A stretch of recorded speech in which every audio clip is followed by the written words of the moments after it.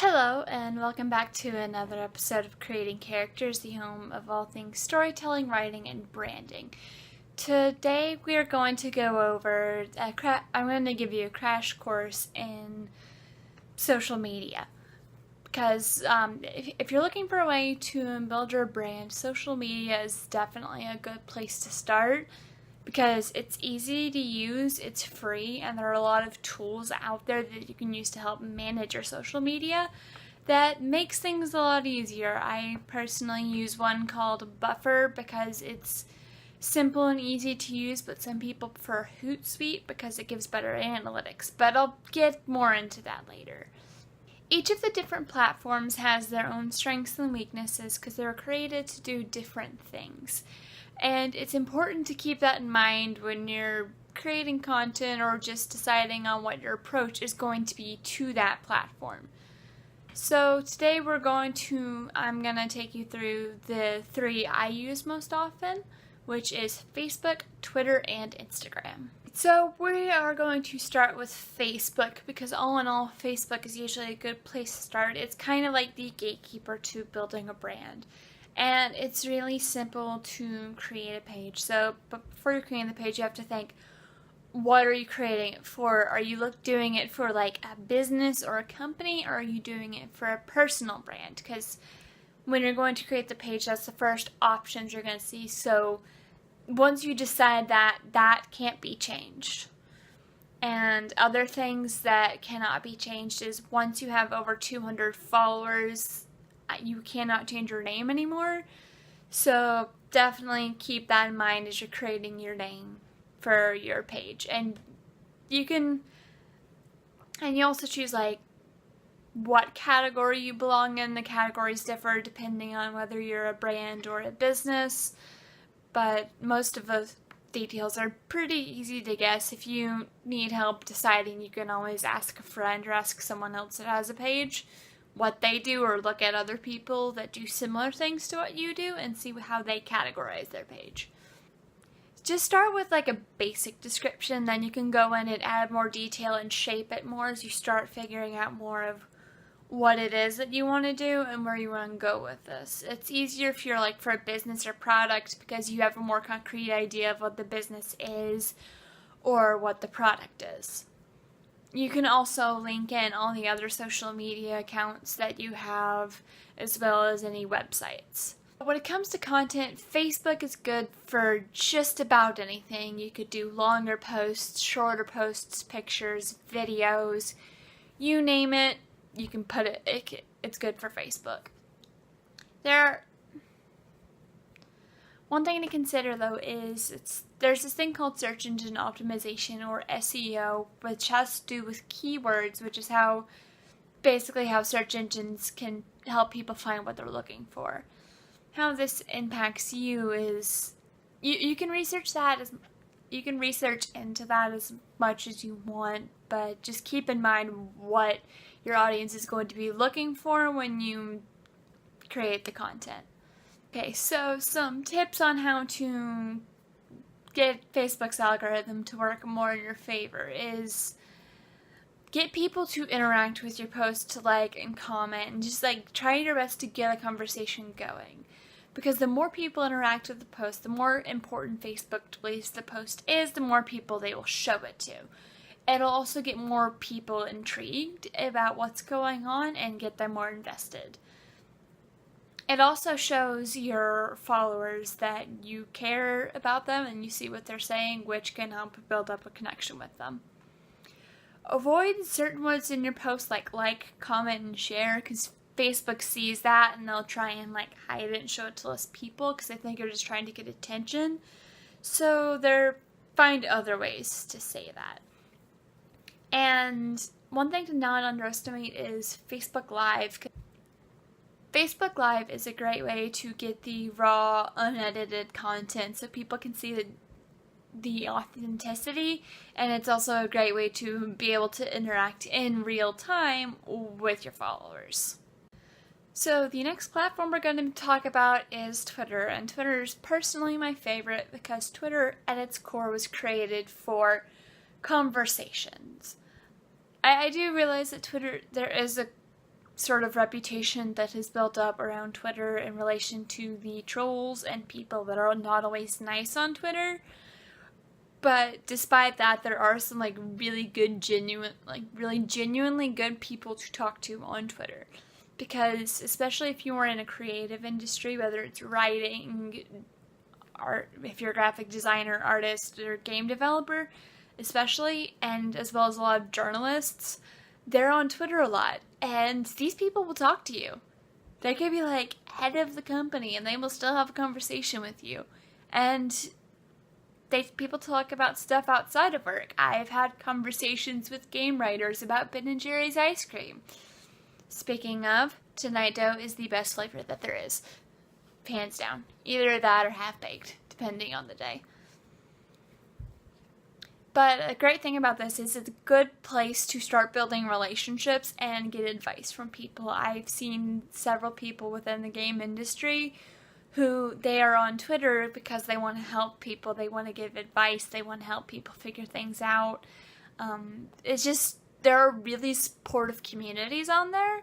You just have to know where to find them.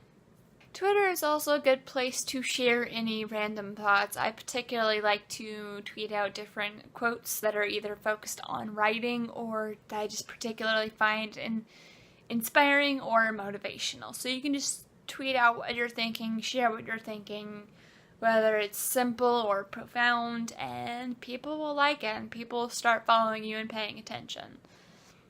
The key thing is to remember to just be nice, because remember there is a person on the other side of that Twitter handle most of the time, so as long as you respect them and treat them like people and just enjoy talking to them, you'll be fine.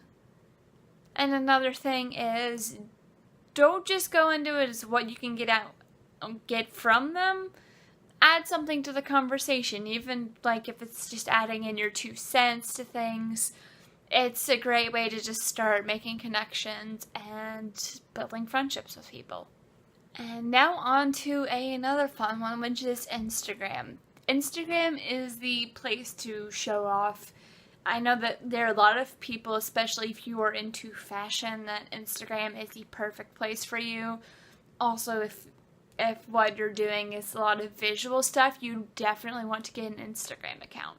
Because that's the perfect place to show off both things that are very polished as well as, works in progress. Because one of the pieces of advice that I've seen a lot is don't just show off what you've done, document how you got there.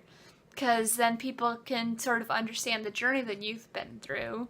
And other people have probably been through that journey too, and if you're stuck on something, they may be able to provide advice. One thing you have to keep in mind though is links, because links in Instagram are not clickable.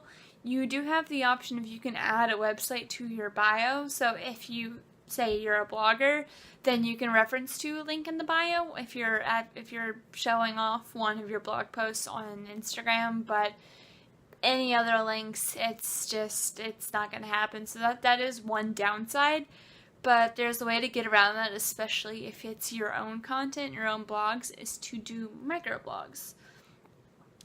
It's shorter versions of your blogs, just containing all the highlights of it. And also, if you don't have a blog, but you have some thoughts that you want to share, Instagram microblogs are the perfect place to do it. And there are some tricks you can use to get it so Instagram will let you do paragraphs, but that's something you're going to have to search around and mess around with yourself.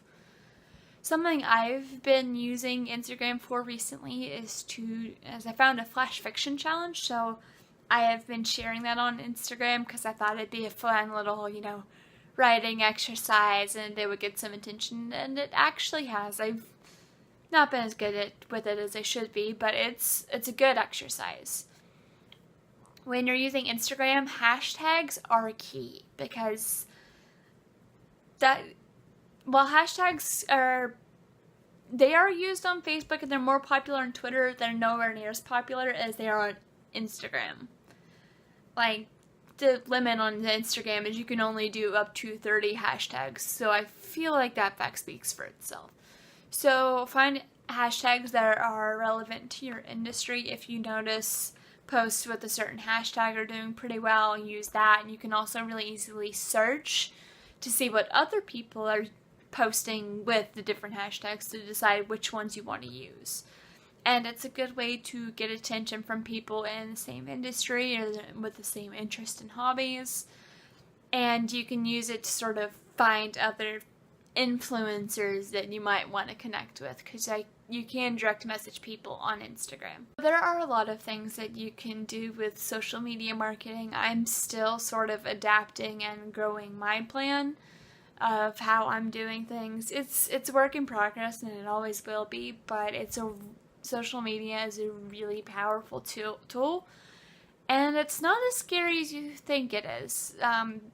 If running 3 different accounts sounds intimidating to you, just pick whichever one either sounds the most comfortable or you feel like fits your industry the best, and focus on that one and grow that one, especially with the business. Though I do recommend using Facebook first, although with certain accounts there's a way you can share the same stuff on say Instagram as you do on Facebook, as well as Twitter. But in all cases, it's usually best to put the content natively, so you're not sharing a tweet, you're just putting the content from the tweet on Facebook, or same with Instagram. But it's an extra step, but it's still pretty simple to do, and it's worth the effort. So, and there's a lot more to it that I will be talking about later. If there's anything you would like to know more about, or if you have any questions or want to go deeper into any specific topic, let me know down in the comment section down below.